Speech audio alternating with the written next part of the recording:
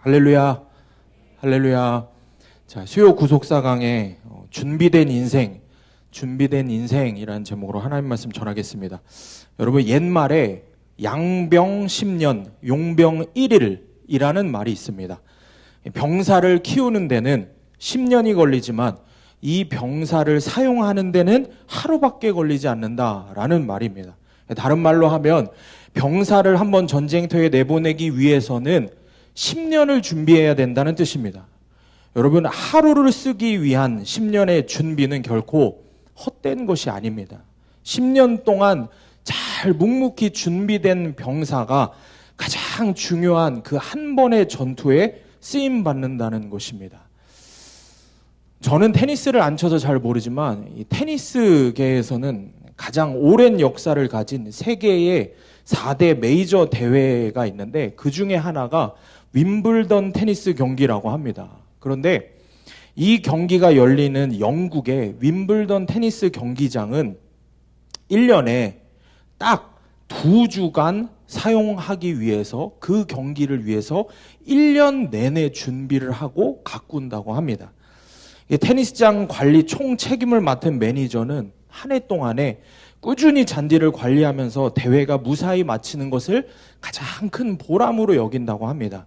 여러분, 단 2주를 위해서 1년이라는 시간 동안 잔디를 관리하는 일을 보면은, 이걸 어떻게 보면은 참 이게 비효율적으로 보이기도 하고 굳이 그렇게까지 해야 하나 싶을 수도 있지만 이 매니저는 자신의 일을 결코 소홀히 하지 않는다고 합니다. 왜냐하면 이 잔디를 관리하는 것은 대회의 그 세계적인 대회에 출전하는 세계적인 선수들과 마찬가지로 그들이 얼마나 준비를 했겠습니까? 그들과 마찬가지로 세계 최고의 대회를 준비하는 아주 중요한 임무이기 때문에 이것을 결코 소홀히 하지 않는다라는 겁니다.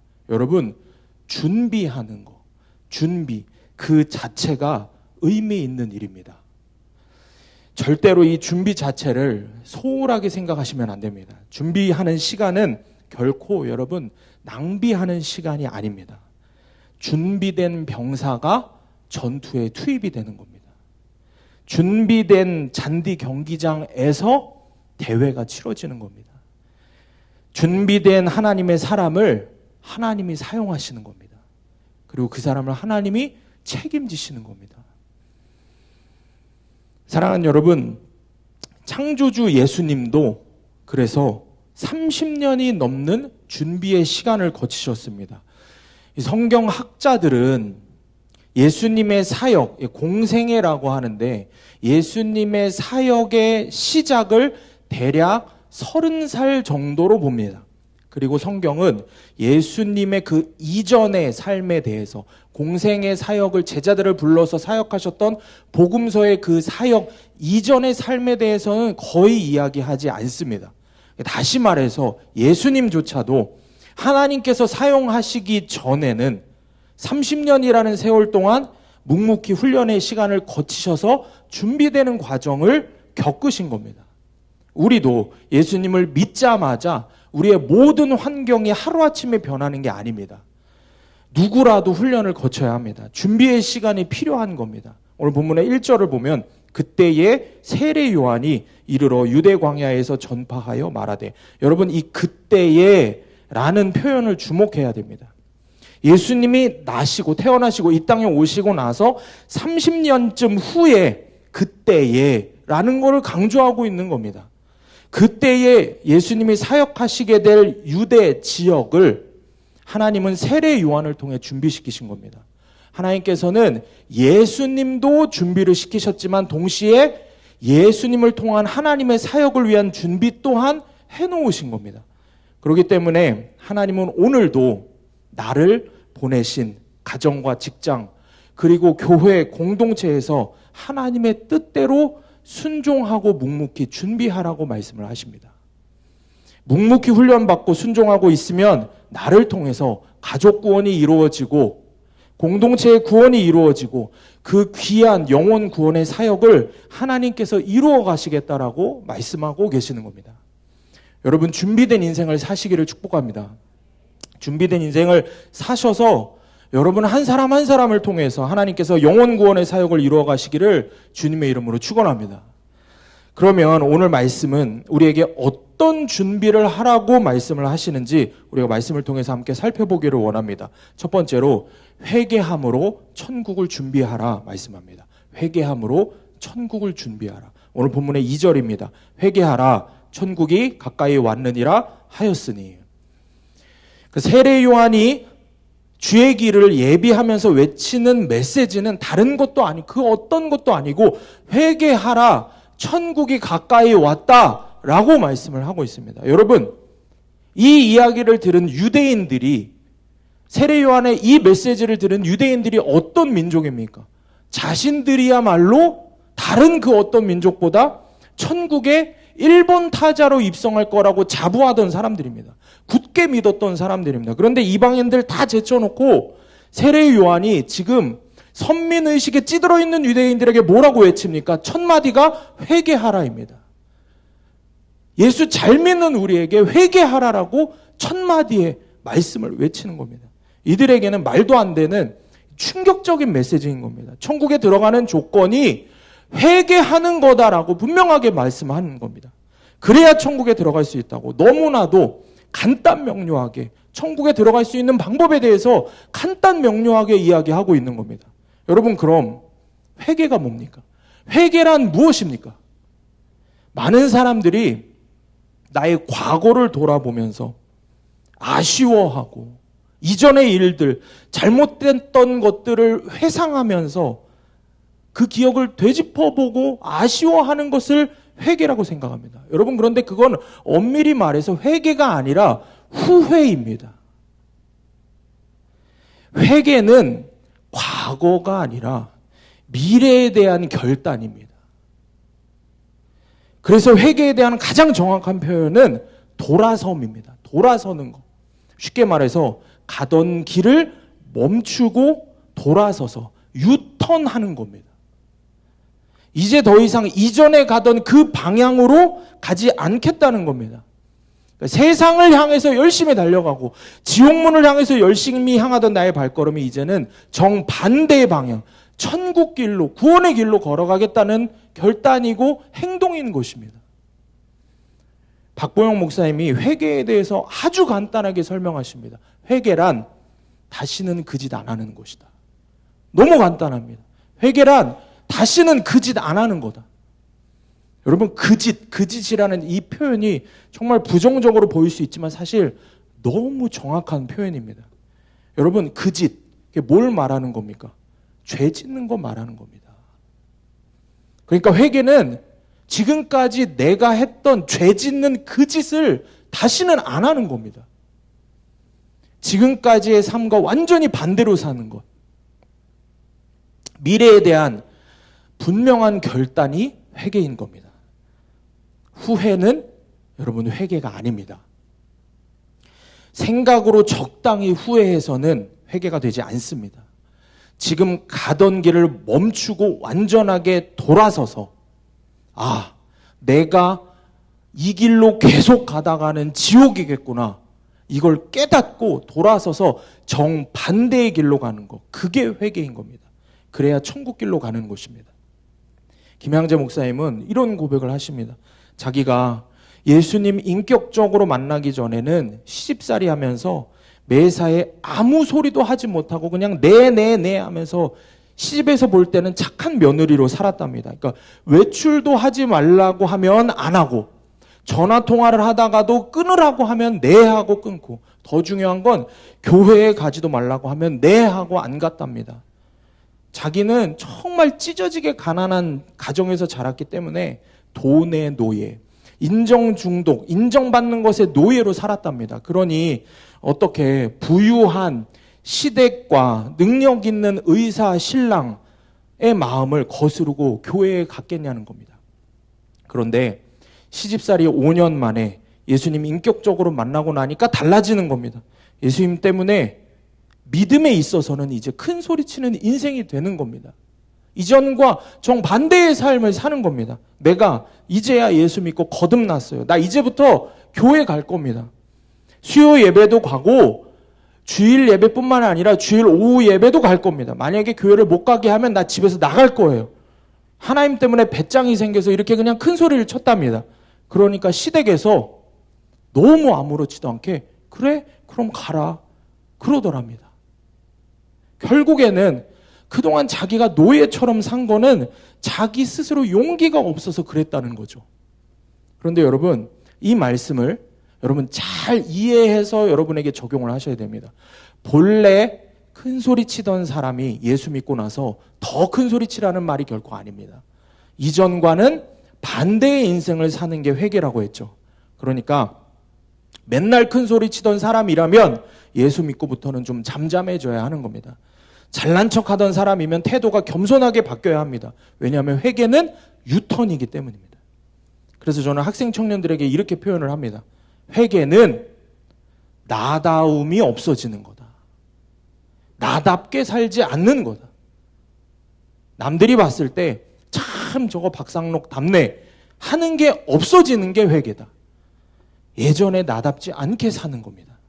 예전에는 그러니까 내 눈에 잘못된 게 남이 잘못하는 게 보이면은 남이 상처받던 말던 그냥 말을 해야 직성에 풀리던 내가 입을 꾹 다무는 게 회개입니다.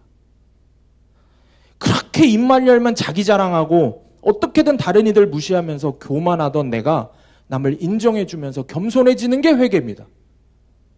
사람들한테 인정받으려고 그냥 인정 중독에 미쳐있던 내가 오직 주님만이 내 상급이라고 보이지 않는 곳에서 주님께 헌신하면서 주님과 나만 아는 비밀을 만들며 사는 게 그게 회개인 겁니다.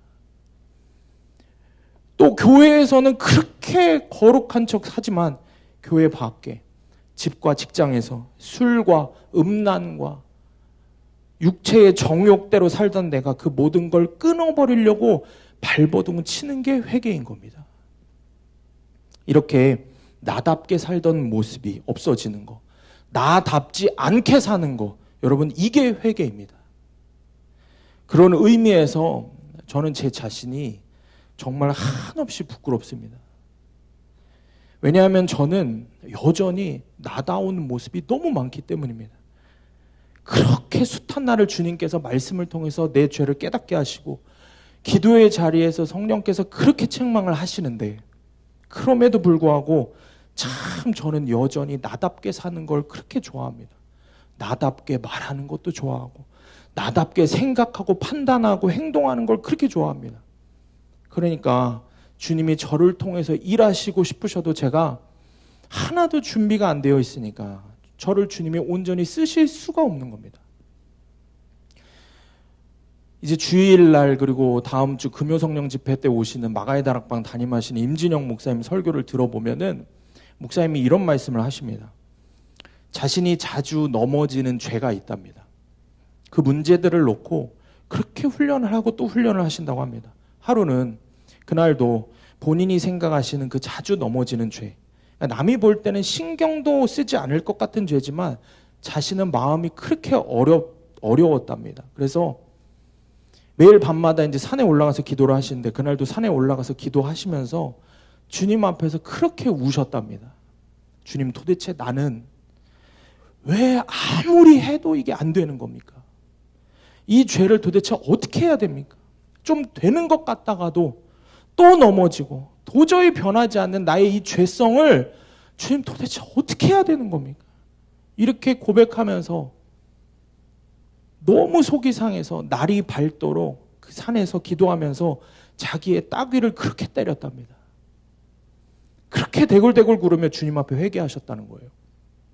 다시는 그 짓 안 하고 싶다고, 참된 회개를 위해서 그렇게 몸부림치셨다고, 그러면서 말씀하시기를 자신은 가짜라고, 여전히 자기는 가짜라고, 아무리 해도 자신은 그렇게 잘 안 된다고. 그런데 정말 자신은 진짜가 너무 되고 싶다고, 진짜 그리스도인이 되고 싶고 진짜 하나님의 종이 되고 싶다고 그렇게 말씀을 하십니다. 여러분, 그렇게 귀한 하나님의 종도 자신의 연약함에 대해서 이렇게 회개하면서 몸부림친다고 하시는데 제가 그 설교를 들으면서 얼마나 울었는지 모릅니다. 왜냐하면 저야말로 가짜이기 때문입니다. 제가 하는 회개가 얼마나 입으로만 하는 가짜 회개인지 제 스스로가 너무 잘 알기 때문입니다. 어쩌면 그렇게 울면서 통곡하고 가슴을 찢으면서 회개를 하고 나서 그 짓 안 하겠다고 주님 앞에서 그렇게 애통하고 나서도 그렇게 어쩌면 그렇게 쉽게 또 무너지는지, 지긋지긋하게 나는 왜 이렇게 안 바뀌는지. 그래서 어떤 날에 주님 앞에 기도하면서 이렇게 기도하는 거예요. 주님, 제가 이러려고 주의 종이 된다고 한 게 아닌데 이렇게 부족한 모습으로, 이런 거지 같은 모습으로 주님 쓰시고 싶어도 쓰실 수 없는 이런 모습으로 사역하려고 종이 된 게 아닌데 주님 정말 죄송합니다. 이게 주님께도 죄송하고 나로 인해서 주님을 제대로 만나지 못하고 내 그 교만함과 완악감 때문에 주님을 혹시라도 오해하게 될, 내게 맡기신 영혼들을 보면 그냥 한숨만 나고 가슴이 미어지는 겁니다. 학생 청년들이 매일 우리 그 단톡방에 자신들의 큐티를 적어서 이렇게 찍어서 인증을 하고 올립니다. 자신들이 거듭해서 넘어지는 죄를 그렇게 적나라하게 고백을 합니다. 그런데 그걸 볼 때마다 제가 다 읽어보는데 가슴이 찢어지는 거예요. 아니, 얘는 왜 또 이 죄를 또 지었대? 이런 게 아닙니다. 가슴이 찢어지는 이유는 이게 다 나 때문이구나. 내가 여전히 음란하기 때문에 이 녀석이 음란의 죄를 이겨내지를 못하는구나. 내가 여전히 거짓되기 때문에 이 친구가 또 거짓의 죄에 무너졌구나. 내가 여전히 게으르기 때문에 이 청년이 게으름의 죄를 이겨내지를 못하는구나. 목사인 내가 십자가 능력을 붙잡고 살지를 못하니 우리 애들이 십자가를 붙들고 살지를 않는구나. 내가 성령 충만하지 않으니 우리 애들이 성령 충만하지 못하구나. 결국에는 내가 회개하지 않으니까, 내가 입술로만 가짜 회개를 하고 있으니까 내게 맡기신 영혼들이 이렇게 고생을 하는구나. 주님 앞에서 고개를 들지를 못하는 겁니다. 그러니 오늘 이 회개함으로 천국을 준비해야 한다라는 이 말씀을 들고 강단에 서야 하는 제 심정이 여러분 어떻겠습니까? 설교를 준비하면서 마음이 너무 힘들어서 몸살까지 날 지경이었습니다. 그런데 여러분, 그래서 주님이 더욱 제게 이 말씀을 전하라고 하시는 겁니다. 제가 회개를 했기 때문에 여러분 앞에서 회개하라 선포할 수 있는 게 아니라고 말씀을 하십니다. 주님이 저를 오늘도 강단에 세우신 이유는 제가 여전히 가짜이고 그 누구보다 자격이 없고 회개할 것이 많기 때문입니다. 그래서 이 강단에 서서 사람들 앞에 서서 부끄럽고 찔리는 이 말씀을 선포하라고 하시는 겁니다. 그래야 멍청하고 고집스럽고 교만한 제가 제 실상을 더 깨닫고 돌이킬 것이기 때문입니다. 주님께서 제게 먼저 나팔소리 같은 말씀으로 경고하시는 겁니다. 내 종아, 입술로만 하는 회개는 이제 제발 좀 그쳐라. 진짜 성품과 습관을 돌이키는 회개의 삶을 네가 먼저 살아내야 된다. 네가 먼저 죄와 죽기까지 싸우면서 발버둥 쳐야 너에게 맡기신 영혼들도 죄와 싸워서 결국에 주님이 승리하게 하신다 말씀을 하시는 겁니다. 여러분, 기억하시기를 바랍니다. 내가 먼저 회개해야 합니다. 내가 먼저 회개해야 됩니다. 먼저 내가 내 탓이요 하면서 삶으로 돌이켜야 믿음 없는 내 남편과 내 아내, 내 자녀가 나를 통해서 주님을 만나게 되는 것입니다. 내가 회개하지 않았고 내 삶이 변하지 않았는데 내 남편이 어떻게 예수를 만납니까? 내가 삶이 하나도 변하지 않았는데 내 자녀가 어떻게 예수를 만납니까? 나를 통해서, 회개한 나를 통해서 회개의 문이 열리고 구원의 길을 걸어가는 것입니다. 그러므로 사랑하는 여러분, 우리가 정말로 회개해야 하는 것입니다. 여러분, 회개하시기를 축복합니다. 회개를 한두 번 하고 말면 안 됩니다. 여기서 잘 기억하시고 들으셔야 됩니다. 회개가 우리의 삶의 방식이 돼야 됩니다. 이게 무슨 말이냐? 우리가 죽는 날까지 멈추지 않는 게 산소를 들이마시면서 호흡하는 겁니다. 그것처럼 우리가 하나님 앞에 가는 날까지 호흡을 하듯이 회개해야 하는 것입니다. 회개가 숨 쉬는 것처럼 자연스러운 나의 삶의 일부가 돼야 하는 겁니다. 여러분, 회개하고 계십니까? 여러분, 정말 회개하고 계십니까? 여러분, 회개의 길을 걷고 계십니까? 주님도 여러분을 보고 그렇게 인정해 주십니까?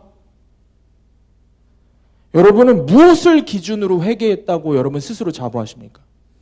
여러분, 누구를 기준 삼아서 이 정도면 그래도 내가 회개했다라고 안심하시는 겁니까?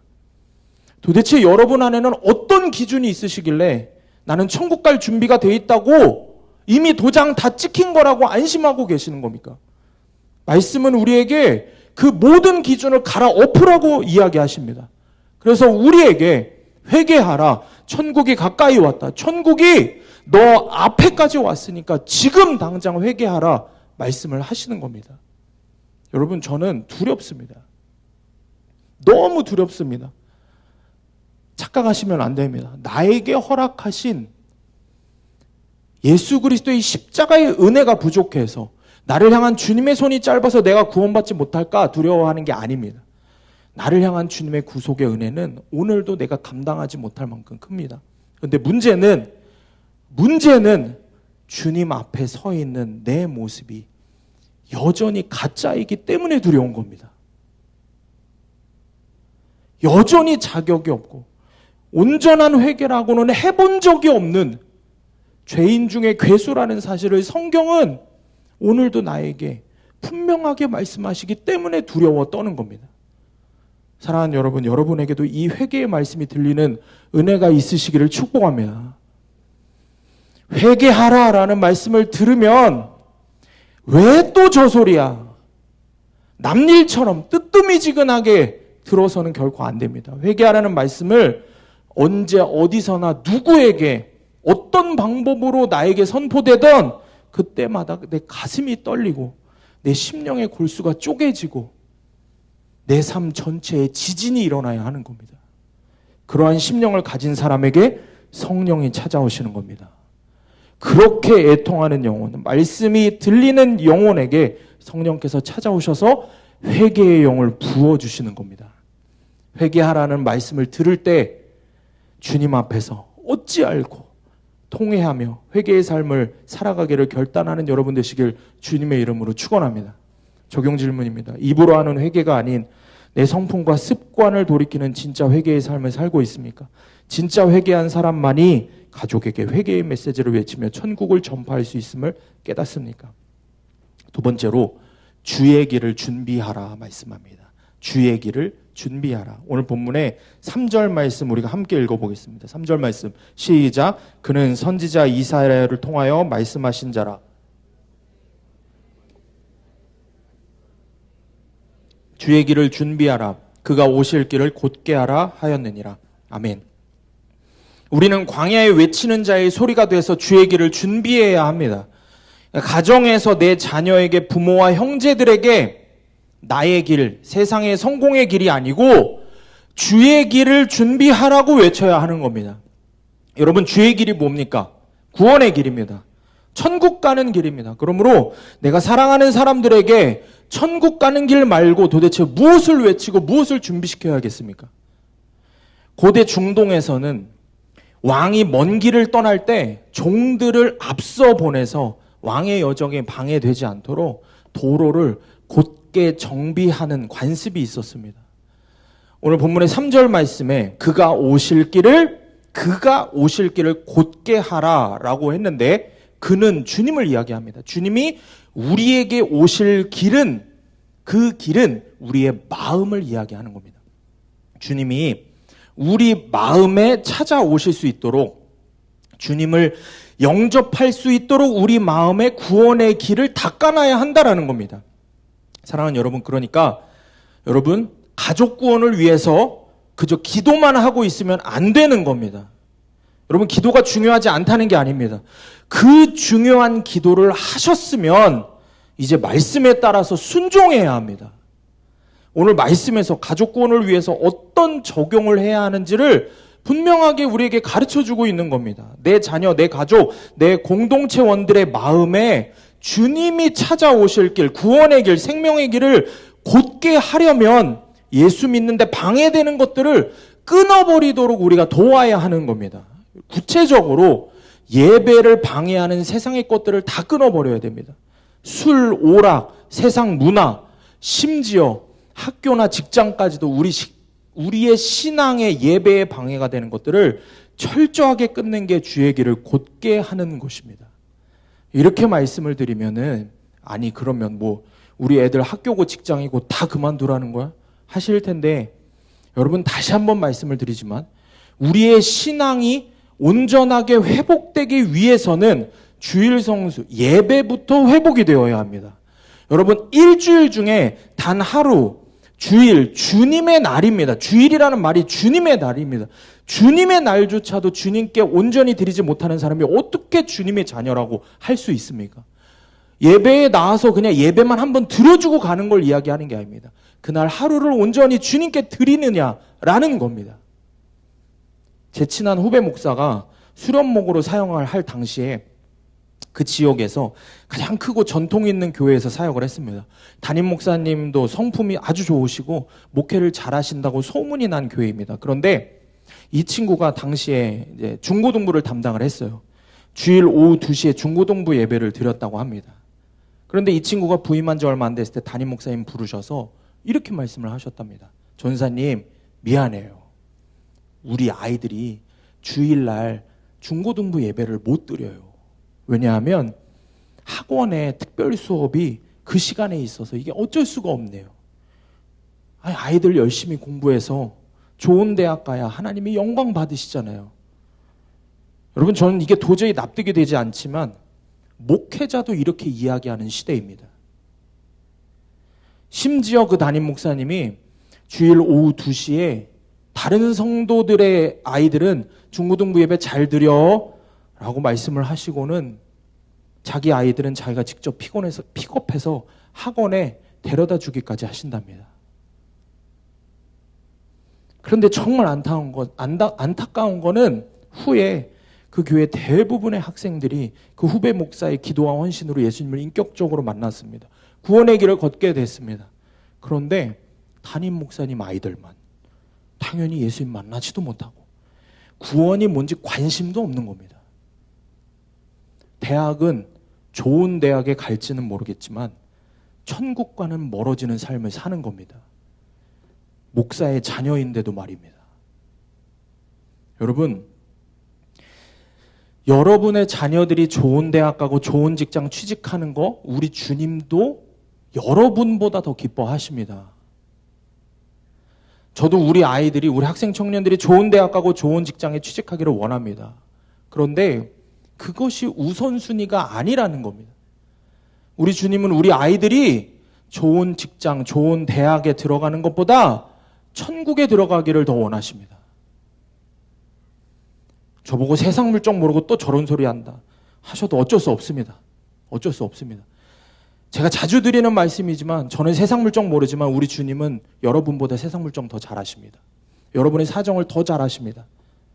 그 주님이 오늘 말씀을 통해서 우리에게 분명하게 가르치시는 이 말씀에 순종하는 여러분 되시기를 축복합니다.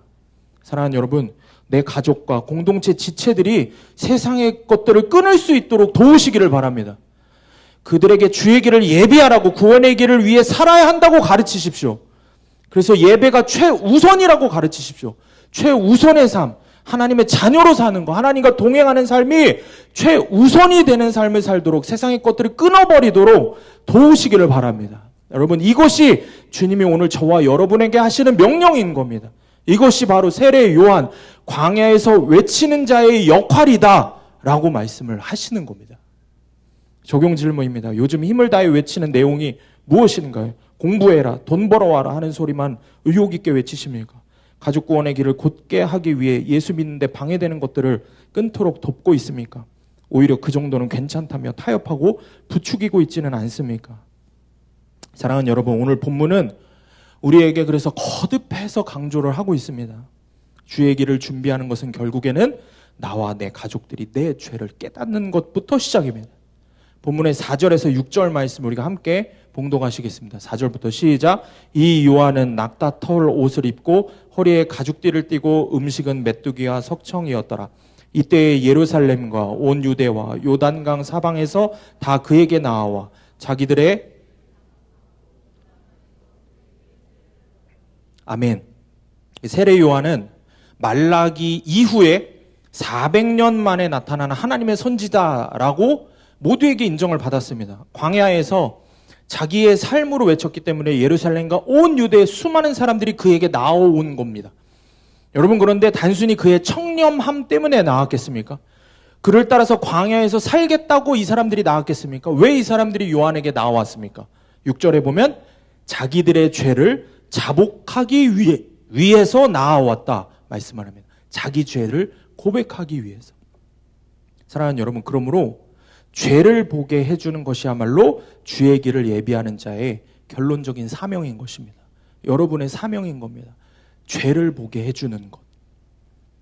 박보영 목사님이 한 번은 캐나다 집회를 가셨는데, 캐나다 교회의 그 교회의 이제 목사님, 담임 목사님으로부터 이런 이야기를 부탁 아닌 부탁을 받으신 겁니다. 목사님, 이번 집회에 그 암흑의 사람이 있는데 그 암흑의 사람 하나만 변화되면 내가 소원이 없겠습니다. 속 썩이는 분이 있다는 거예요.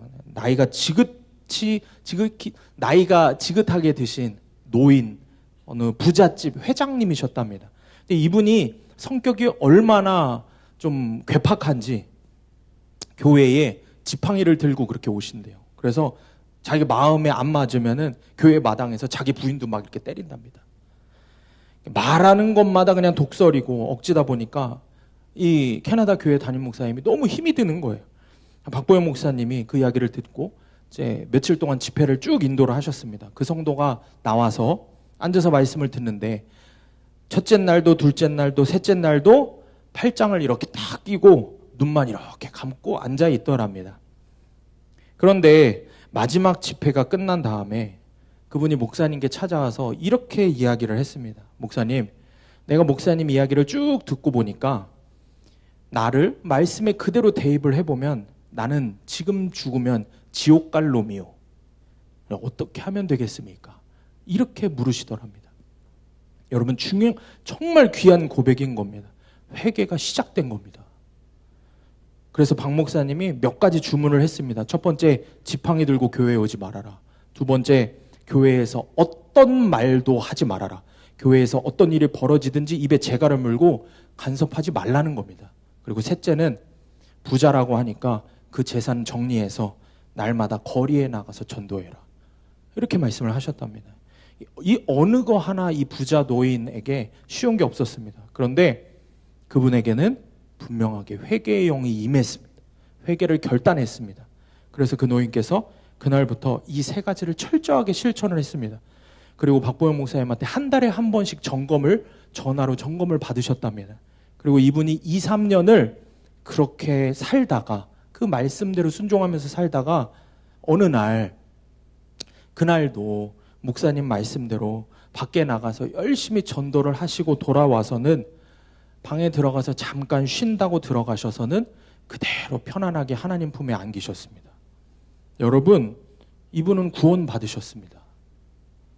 삶으로 참된 회개를 했기 때문입니다. 그리고 마지막에 아무 고통 없이 세상에 복음 전하다가 그대로 하나님 품에 안기신 겁니다. 여러분, 이거보다 더 큰 영광이고 축복이 어디 있습니까?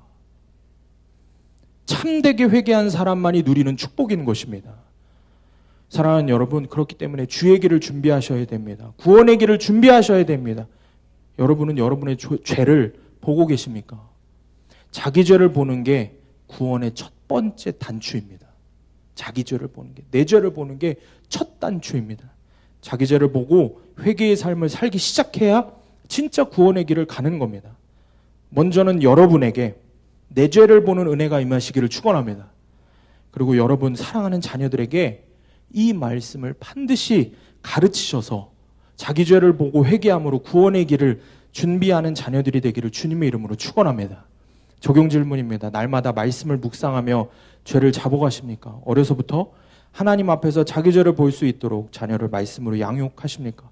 교회가 그 역할을 대신한다고 생각하지 말고 내 가정에서 먼저 가정예배와 큐티 나눔을 적용하시길 바랍니다. 마지막으로 세 번째로 긴박한 마음으로 준비를 해야 됩니다. 긴박한 마음으로. 오늘 본문의 7절 말씀 7절 말씀 제가 읽겠습니다. 요한이 많은 바리새인들과 사두개인들이 세례 베푸는 데로 오는 것을 보고 이르되 독사의 자식들아 누가 너희를 가르쳐 임박한 진노를 피하라 하더냐. 세례를 받으러 나오는 바리새인과 사두개인들에게 요한이 독사의 자식들이라고 했습니다. 종교적으로 자신들은 괜찮다고 안심하는 자들에게 그렇게 외치고 있는 겁니다. 여러분, 이게 바로 현대판 바리새인이라고 할 수 있는 우리에게 하시는 하나님의 마지막 경고일 수 있는 겁니다. 7절에 임박한 진노라는 이 말의 원어를 살펴보면은 이런 겁니다. 우리의 의지와 상관없이 필연적으로 곧 임하게 될 진노라는 뜻입니다. 다시 말해서 내가 아무리 원하지 않는다고 해도 하나님의 진노의 심판이 반드시 임할 거라는 겁니다. 그런데 그게 나중에 임하는 게 아니라 곧 임하게 될 거라고 말씀하는 겁니다. 그러므로 우리가 긴박한 마음으로 구원의 길을 준비해야 합니다. 오늘 본문의 8절과 9절 말씀 우리가 함께 읽겠습니다. 8절과 9절 시작. 그러므로 회개에 합당한 열매를 맺고 속으로 아브라함이 우리 조상이라고 생각하지 말라. 내가 너희에게 이르노니 하나님이 능히 이 돌들로도 아브라함의 자손이 되게 하시리라. 여러분, 그런데 이렇게 지금 계속해서 회개의 메시지를 우리가 아무리 들어도 스스로 죄인이라는 것을 인식하지 못하고 구원의 길을 가지 않는 사람들이 너무 많습니다. 이유가 뭘까요? 왜 내 마음은 이렇게 뜨뜻미지근할까요? 9절 말씀과 같이 나는 아브라함의 자손이다 생각하는 생각이 우리 안에 뿌리 박혀 있기 때문입니다. 교회의 역사가 오래된 교회일수록 이런 마음이 더 큽니다. 우리 교회일 수 있습니다. 나일 수 있습니다. 내가 어떤 집 자식인지 알아? 제가 이런 얘기 우리 교회에 와서 학생들한테도 들었습니다. 내가 어떤 집 자식인지 알아? 내가 아브라함 자손이야. 우리 집안이 이런 집안이야. 목회자 집안이야. 내가 신학을 했어. 내가 목사야. 우리 집안이 장로 집안이야. 우리 집안이 교회 기둥이고 헌신하고 헌금한 게 얼만데 근데 나보고 회개하라고? 또는 겉으로 드러나는 종교적인 행위 이런 것들을 보고 스스로 안심하는 거예요. 내가 그래도 예배 잘 나오고 11조도 하고 헌신도 하고 큐티도 한다 이겁니다. 그런데 여러분, 딱 이런 사람들을 보고 세례 요한이 뭐라고 경고합니까? 10절 말씀에 이미 도끼가 나무 뿌리에 놓여 있으니 좋은 열매를 맺지 아니하는 나무마다 찍혀 불에 던져지리라. 입술로만 예수 믿고 삶은 하나도 변화되지 않고 교회에서는 거룩한 모습이지만 집에 가서는 내 마음으로는 여전히 하나도 변화되지 않고 여전히 뜨뜻미지근하고 좋은 열매를 하나도 맺지 못하니 도끼에 찍혀 불에 던져지리라 말씀하십니다. 스스로를 그리스도인이다, 집사다, 권사다, 장로다, 목사다 라고 아브라함의 자손이다 라고 해봐야 소용이 없다는 겁니다. 하나님이 원하시는 회개의 열매를 맺지 못하기 때문에 다시 말해서 여전히 참 그 집사님답게 이야기하시네 이런 소리만 듣고 있으니 참 그 권사님답게 얘기하시네 이렇게 행동하고 있으니 결국에 마지막 심판 때에 도끼에 찍혀 지옥불에 던져질 거라고 말씀을 하고 있는 겁니다. 여러분의 마음을 한번 돌아보십시오. 지금 여러분의 마음을 한번 보십시오. 딱딱하게 굳어져서 스스로 아브라함의 자손이라고 생각하면서 회개의 메시지를 들어도 회개할 마음조차 갖지 않고 회개를 또 나중으로 미루고 있지 않습니까? 여러분, 우리는 이렇게 뜨뜻미지근한 마음으로 너무나 쉽게 타성에 젖어서 교육받은 교회 학교에서 여름성경학교에서 어렸을 때부터 교육받은 것처럼 예수를 주여 주여 부르며 있지 부르기만 하지 천국과는 동떨어진 삶 예수님의 사람과는 동떨어진 삶을 사는 전혀 준비되지 않은 신앙생활을 우리가 하고 있지 않습니까? 그런데 여러분, 이 설교를 준비하면서 우리의 이런 안일한 마음 상태를 놓고 주님 앞에서 기도하는 가운데 정말 귀한 이야기 하나를 듣게 됐습니다. 이 이야기를 통해서 여러분의 심령에 지진이 일어나서 통에 자복하는 은혜가 있기를 축복합니다. 한 전도사님이 사역하시는 교회에 탈북하신 어떤 부부 성도가 등록을 하셨답니다. 궁금하고 신기할 거 아니에요. 그래서 이제 언제 한번 만나서 이야기 좀 해보고 싶은데 기회가 안 나다가 새벽기도 끝나고 아침 식사를 좀 같이 할 일이 있었답니다. 그래서 아침 식사를 하는데 이렇게 가까이서 보니까 이 남자 성도님이 손가락을 이렇게 가리고 이러고 식사를 하시더라는 거예요. 그게 왜 그러지 그러고 이 전사님이 이렇게 보니까 새끼 손가락이랑 네 번째 손가락이 없고 세 번째 손가락은 이렇게 뒤틀려져 있더랍니다. 전사님이 궁금해서 이 성도님한테 물어본 거예요. 성도님, 그 손가락은 그 북에 있을 때 다치신 거예요? 이렇게 물었더래요.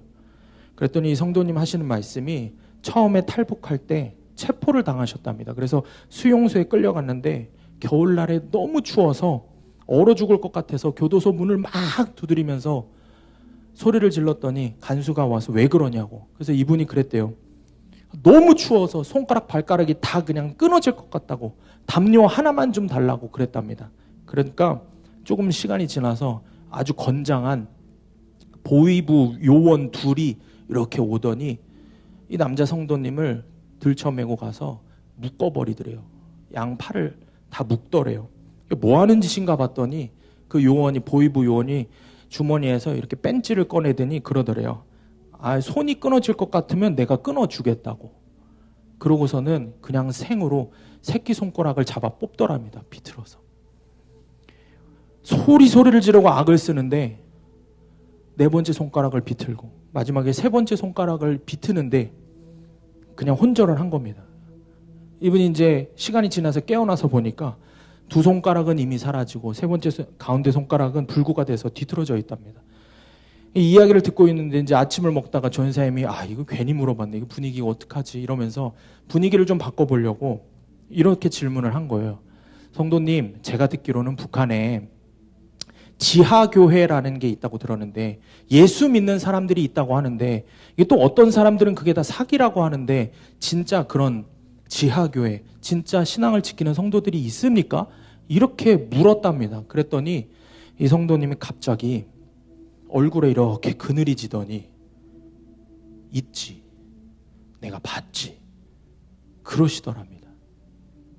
그러면서 이야기를 하는데 그 수용소에 있을 때 어느 추운 겨울날 막 사이렌이 울려서 모든 수감자들을 운동장으로 집합을 시키더래요. 수백 명이 나와서 오돌오돌 떨고 있는데 옷을 다 벗기더랍니다.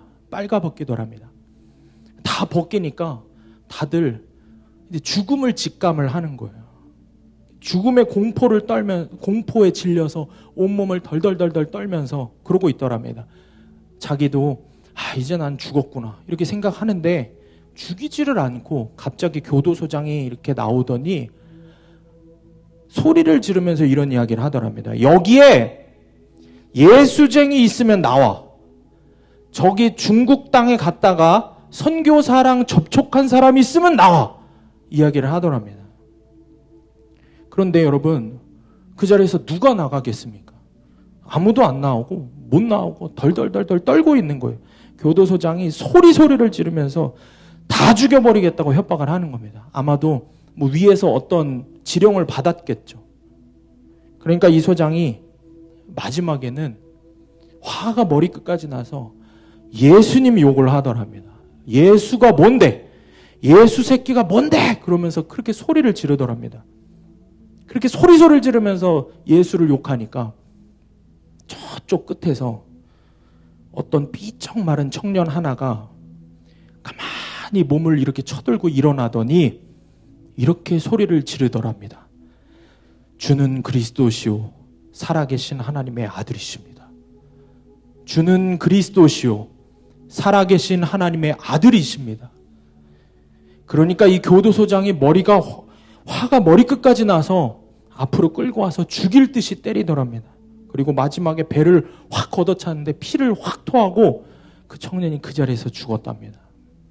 그러고 나서 이 소장이 화가 나서 또 이야기해보라고, 또 있으면 또 나와보라고 이야기를 하니까 갑자기 저쪽 또 다른 데서 누가 일어나서 주는 그리스도시요 살아계신 하나님의 아들이십니다. 또 저쪽에서 주는 그리스도시요 살아계신 하나님의 아들이십니다. 여기저기서 고백을 하고 소리를 지르면서 울더랍니다. 그날 그 사람들이 다 끌려 나와서 처형을 당하는데 한 사람도 변명을 하거나 자신들이 한 말을 취소해서 예수님을 부인하는 사람이 한 사람도 없더랍니다.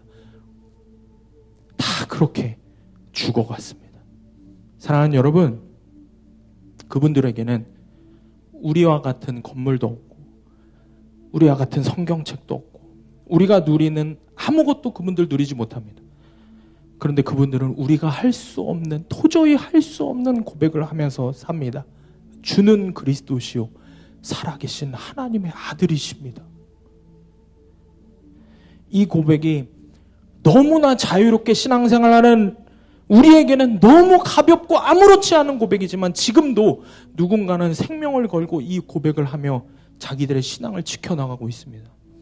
2024년도 5월 지금 이 순간에도 여러분 저 북녘 땅에 중국의 지하교회에서 자신들의 목숨을 버리면서 예수 그리스도에 대한 신앙을 지키며 구원의 길을 가는 성도들이 있습니다. 그런데 오늘 우리는 어떻습니까? 지금 나는 어떻습니까? 지금 이 시간에 예배를 드리면서 이 마태복음의 말씀을 통해서 주님께서 우리에게 천국이 가까이 왔다. 그러니 회개해야 된다. 회개를 거부하지 말고 회개를 미루지 말고 지금 회개해야 된다라고 말씀하심에도 불구하고 우리는 또 회개를 미루려고 합니다. 남의 일처럼 여깁니다. 나는 아브라함의 자손이니까. 나는 구원 받았으니까. 뜨뜻미지근한 가짜 신앙으로 내 영과 육이 잠들어 있습니다. 그런데 여러분, 우리가 언제까지 이렇게 신앙생활을 할 수 없지 않습니까? 우리가 다시 깨어나야 할 줄 믿습니다. 우리가 첫사랑이 회복되어야 할 줄 믿습니다. 오늘 다시 내 생명을 다해서 주님을 만나야 합니다. 우리의 입술에서도 우리의 생명을 다한 이 고백이 있어야 됩니다. 주는 그리스도시요 살아계신 하나님의 아들이십니다. 이 고백을 외치며 회개의 길로 우리의 생명에 다해서 우리가 그 길을 걸어가야 합니다. 천국이 가까이 왔습니다, 여러분. 천국이 가까이 왔습니다. 천국이 가까이 왔으니 회개함으로 주의 길을 예비하는 성도들이 되시기를 축복합니다. 사랑하는 여러분, 오늘 밤에 저와 여러분의 심령에 성령께서 임하실 겁니다. 오늘 마지막 본문의 11절, 12절 말씀이 그 사실에 대해서 우리에게 분명하게 약속하고 계십니다. 성령께서 우리에게 임하실 것입니다. 마지막 본문의 말씀을 우리가 믿음으로 함께 봉독하고 이 말씀 나에게 주시는 약속의 말씀으로 취하시기를 바랍니다. 11절, 12절 말씀 우리가 믿음으로 한 목소리로 합독하시겠습니다. 시작. 나는 너희로 회개하기 위하여 물로 세례를 베풀거니와 내 뒤에 오시는 이는 나보다 능력이 많으시니 나는 그의 신을 들기도 감당하지 못하겠노라. 그는 성령과 불로 너희에게 세례를 베푸실 것이요 손에 키를 들고 자기의 타작마당을 정하게 하사 알곡은 모아 곡간에 들이고 쭉정이는 꺼지지 않는 불에 태우시리라. 아멘. 사랑하는 여러분, 오늘 이 밤에 주님께서 성령과 불로 세례를 베푸시기를 원합니다. 저와 여러분의 심령에 성령의 충만한 세례를 부어주실 줄 믿습니다. 저와 여러분의 심령에 다시 한번 불타는 회개의 영을 부어주실 줄 믿습니다. 여러분 믿음으로 취하시고 믿음으로 주님 앞에 나오셔서 주의 십자가 붙들고 주님 앞에 회개하는 시간 되기를 주님의 이름으로 축원합니다. 우리 함께 찬양하고 기도하겠습니다. 시간 함께 말씀 붙들고 기도하겠습니다. 본문의 2절 말씀입니다. 회개하라 천국이 가까이 왔느니라. 회개하라 천국이 가까이 왔느니라. 회개하라 천국이 가까이 왔느니라. 주님 회개함으로 천국을 준비하게 하여 주시옵소서. 주님 용서하여 주시옵소서. 제가 입술의 회개만 하며 살았습니다. 회개 같지도 않은 가짜 회개를 하며 가짜 그리스도인으로 살았습니다. 가짜 목사로 살았습니다. 주님, 그래서 내 공동체의 영혼들이 죽어가고 있습니다. 주님, 나로 인해 회개의 영이 임하지 못합니다. 주님, 나를 불쌍히 여겨 주시옵소서. 오늘 이 밤에 우리에게 회개의 영을 부어 주시옵소서.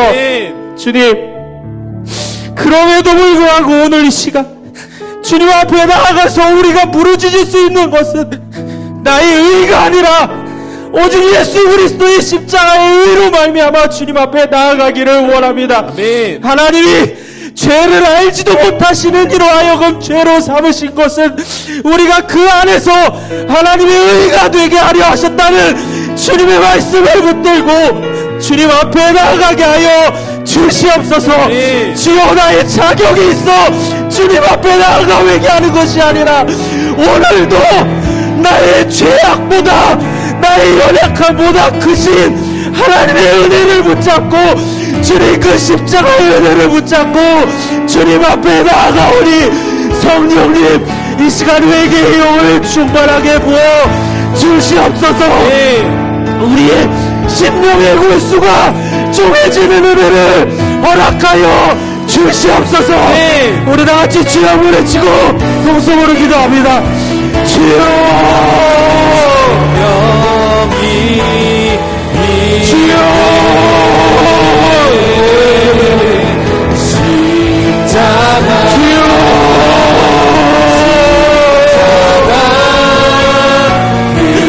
가까이 오셨으니 정령이 가까이 왔으니 주님 나의 육체의 정령을 내려놓게 하여 주시옵소서. 주님보다도 사랑하는 세상의 모든 욕심을 주님 다 내려놓게 하여 주시옵소서. 오로지 내 안에 예수 그리스도로 존귀케 하여 주시옵소서. 예수 그리스도 한 분으로 충분하게 하여 주시옵소서. 주님만의 상급이십니다. 오직 예수 그리스도 한 분으로 충분하오니 잠자는 이 시간 잠자는 우리의 영혼을 깨우쳐서 우리의 심령의 골수를 주의 말씀으로 쪼개주셔서 우리의 마음에 주의 말씀이 들어가 성령께서 일하셔서 내게 영혼을 부어주시옵소서. 성령님 하늘 문을 여시고 그리스도의 보혈을 머리부터 발끝까지 충만하게 부어주시옵소서. 오 주님의 은혜가 우리의 모든 죄를 덮고 우리의 모든 가락함을 이깁니다. 주님을 의지하게 하여 주옵소서. 십자가의 멸망하는 자에게는 미련한 것이요 구원을 받는 나에게는 하나님의 능력이 되게 하여 주시옵소서. 주여, 주여, 늘 안에 내 소망이 있네. 십자가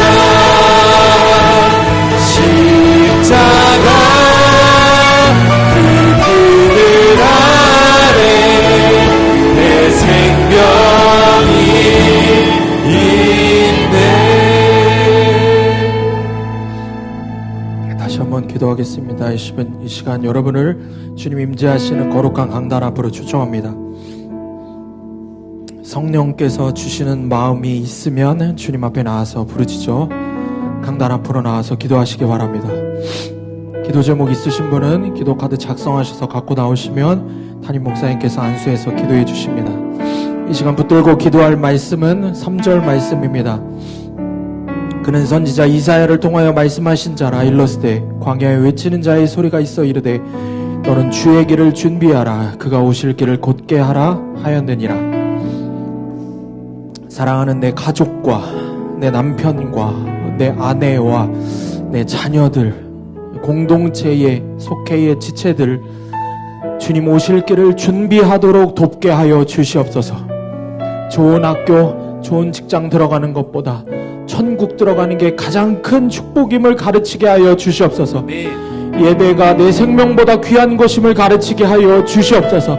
주님 무엇보다 내가 먼저 그렇게 살아내게 하여 주시옵소서. 나의 말과 나의 행동에서 믿음 없는 내 남편과 내 아내와 내 자녀가 내 부모가 예수를 보게 하여 주시옵소서. 나를 통해 죄와 죽기까지 싸우는 나를 통해 예수를 보게 하여 주시옵소서. 그 예수를 보고 주님 앞에 나와 우리 가족 모두가 구원받아 하나님 나라 천국 가게 하여 주시옵소서. 주님, 당신의 핏값으로 사신 우리 가족을 버리지 마시고 긍휼을 베풀어 주시옵소서.